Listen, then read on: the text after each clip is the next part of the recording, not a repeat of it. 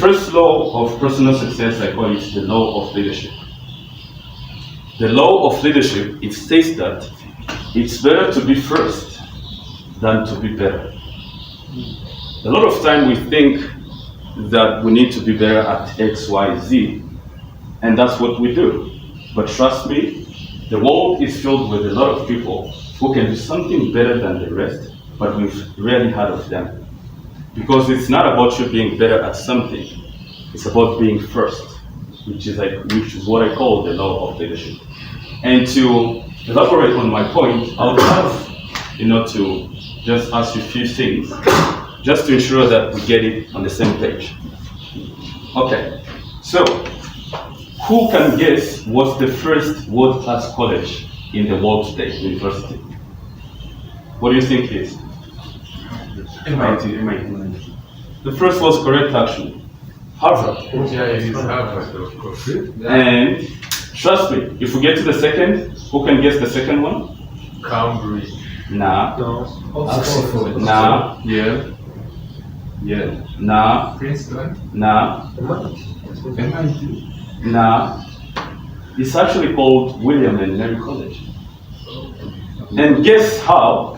We all know the first, but we can rarely tell the second. But if you go to evaluate the performance, they're slightly much more together. But the world doesn't care about anything other than first. Does anybody know who's the first person to go on the moon? Who's that? Armstrong. Neil Armstrong. Who's the second? We don't know. Who cares? We just know the first, right? Could anybody know the first white person to be here in Rwanda? That's what we did in social studies. That was? Yeah. Was he white? Jesus, but you understand, can you tell the second? Nah, you don't. Surprisingly, they did a research in US about the imported beers, and Heineken was the first imported beer to arrive in US. Now, they've got around 534 different imported beers, but Heineken still imports 30% of the whole market, and the rest 500 something, they divide around the 70% of the market share. And trust me, when they did the test to test which beer felt better, Heineken was amongst the tested one, but it didn't come to the first place. But it's still the dominating one in the market. Why? Because it was first. What about our marriage? You meet a girl or a boy, fell in love, you engage, you get in a marriage. That's your first. It's really, really difficult to divorce your first wife because you saw another wife passing by more beautiful than the first. Because the risk is not worth it. The attorney's work, dividing kids and the house. We just go with the first, right? Sorry to the people who married first. There's still better options in the way. But what I'm trying to elaborate here, if you understand it clearly, is that if you are to be remarkable, you gotta find a way to be the first, not just better. And let me tell you the benefit of being the first. When you are the first in anything, I'll use brands here because that's what I'm much more knowledgeable about. When you are the first in anything, your name becomes generic. Let me tell you what it means. It means that your word becomes a standing point of standard to anything else that comes after you. An example. Do you know that a washing soap is not called Omo? You know that? Yes. But weirdly, you get in the shop, maybe pointing out sunlight, and you're like, give me Omoya sunlight. Colgate. Right? Colgate. You understand? Colgate. Colgate is not a brand. I mean, Colgate is not toothpaste. It's a brand. Yeah. But you go in the shop and you say, Mume Colgate ya white day. Man, you can you even understand what you're saying? Yeah. But because Colgate is the first. Do you know that this is not, this Vic is a brand? But you go there and you say, Mume Vic ya Dave. Vic is a brand on its own. It's not a product, right?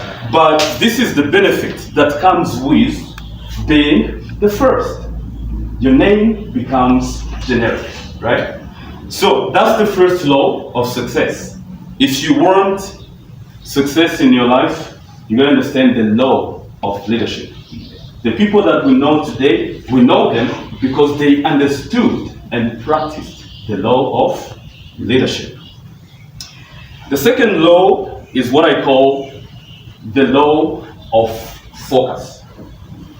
So what makes you get to the law of leadership is your adherence to the law of focus.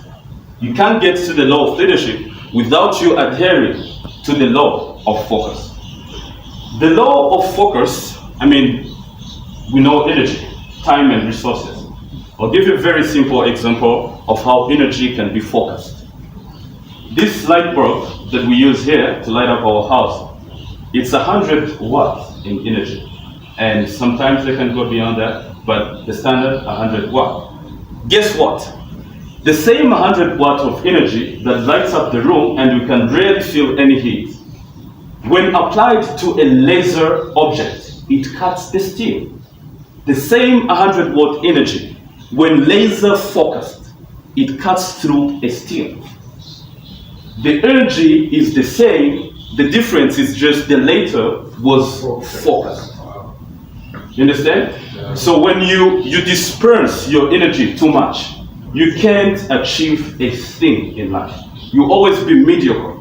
You always be average. You'll juggle at things, but you will never become a leader because you are not focused. You understand? Yeah. So, to understand better, how do you focus your energy? It's by simply picking a niche.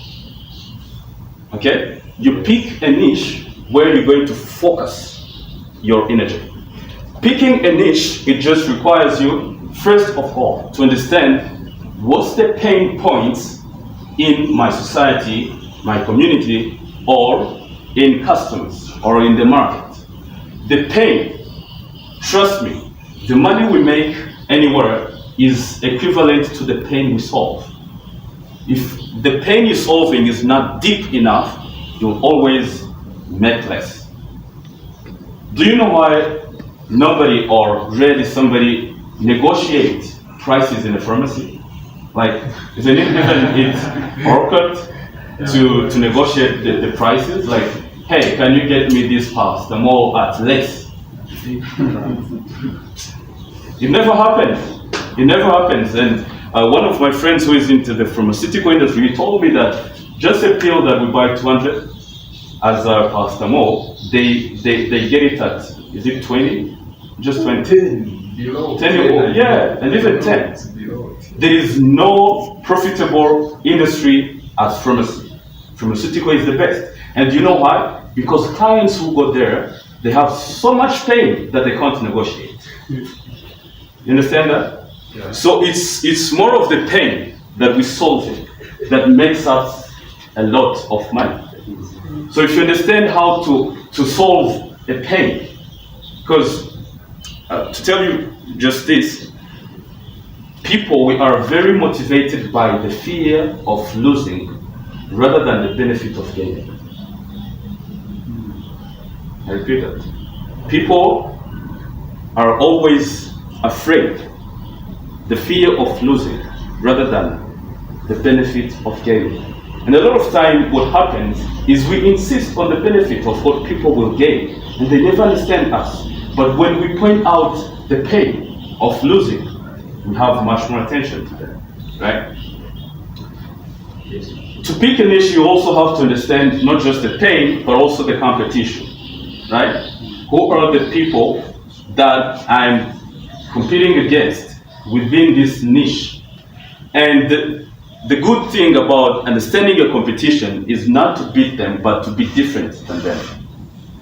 Understand? Because a lot of time we try to beat people who got much more energy, which is where we started from. Energy in terms of money and time, and we can't really do that. But what you can do is you can be different. You can be remarkable. You can be unique. Unique doesn't mean a product. Unique means of delivering the product. One of the company that I know is unique, they do e-commerce. But a lot of time when you do e-commerce, you just pay and then you get an email, thank you for doing business, When it doesn't arrive, let us know. Contact us on this number. And that's, average. That's what everybody does. But him, what he does, he makes a personalized letter to you. He tells you the details. Our team is now shipping your package. It will be shipped through this entity or body. It will arrive to you at this time. If it happens that it arrives lately, we are happy to give you another additional product to that because we didn't live up to our word. You know what that says? It says they're remarkable. The product they're selling is much more like anybody else, but the way they're doing it is very, very different. Understand that? So in order to compete, you don't need to be inventive or innovative, you just to be different. Be different. So that everybody who encounters you will understand that you're not like everybody else. There is a point where you stand, where you make a distinction. Example? Okay, I just gave you No, I wanted to give us an example about being different in any case. I told you one about e-commerce. Wow. I can tell you another about a bank. There is a bank I landed into, was in Nairobi.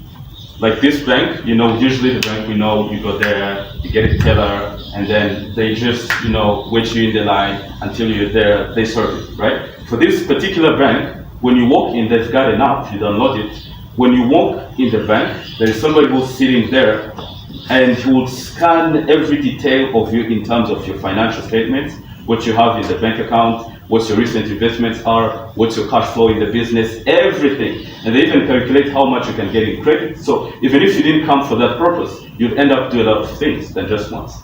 So that's a better way to be different, right? If you're selling a coffee, which is a commoditized product, nobody cares much about the coffee, but the way you deliver the coffee, it makes the difference.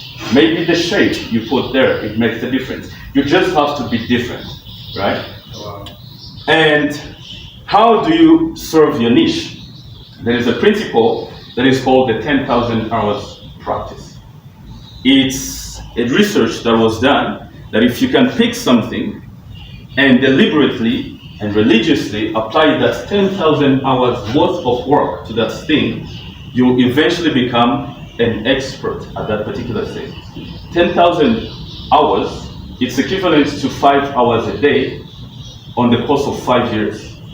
So if you take 5 hours per day over the next 5 years, working on your specific niche that we talked about, on the pain, in 5 years of time, you will be the most seeked out person because of the expertise, the laser focused understanding you have on that particular subject, which rarely a lot of people does, right? So the last, which is the third law, is what I call the law of purpose. There is the law of leadership, there is the law of focus, then the third is the law of purpose. Personally, I believe that everything everybody knows, they've learned, which I don't suspect I'm less intelligent than the next person, which means I can learn it too, right? So a lot of time we think that purpose is something that is inherent within our ambit of work, but really purpose is that. Purpose is much more of a deliberate choice about your abilities, where you decide that this is where I'm going to add most of my value, right? So it's not really some inherent things that we're born with, it's a deliberate choice.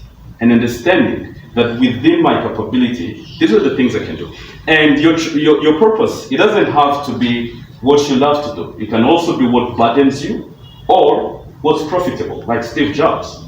He didn't have really love for computers. He just happened to meet Steve Wozniak, who was his partners, and he said, this is profitable, let's pursue it. And a lot of people who saw Steve Jobs on his success stories, they thought he succeeded because of the love, but he loved because of the success. You understand the difference? So get trapped into this thing of get what you love and pursue that, you'll be successful. It's most likely the other way around. Pursue that success and you will love it when you're successful. Nobody hates success, trust me.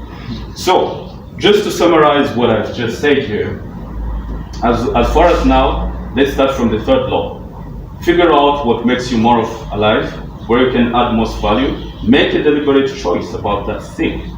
Number 2, get laser focused. Avoid disturbance and going around and juggle a lot of things. This doesn't mean you can't be informed. It just means there is where you specialize, right? So laser focus on that thing, put in the hours, put in the time, and then eventually you'll get to the top of ladder as a leader in your area. I wish you take this on your heart, and I hope it becomes relevant to your daily struggles as you try to become much more of who you are. Good luck. God bless you.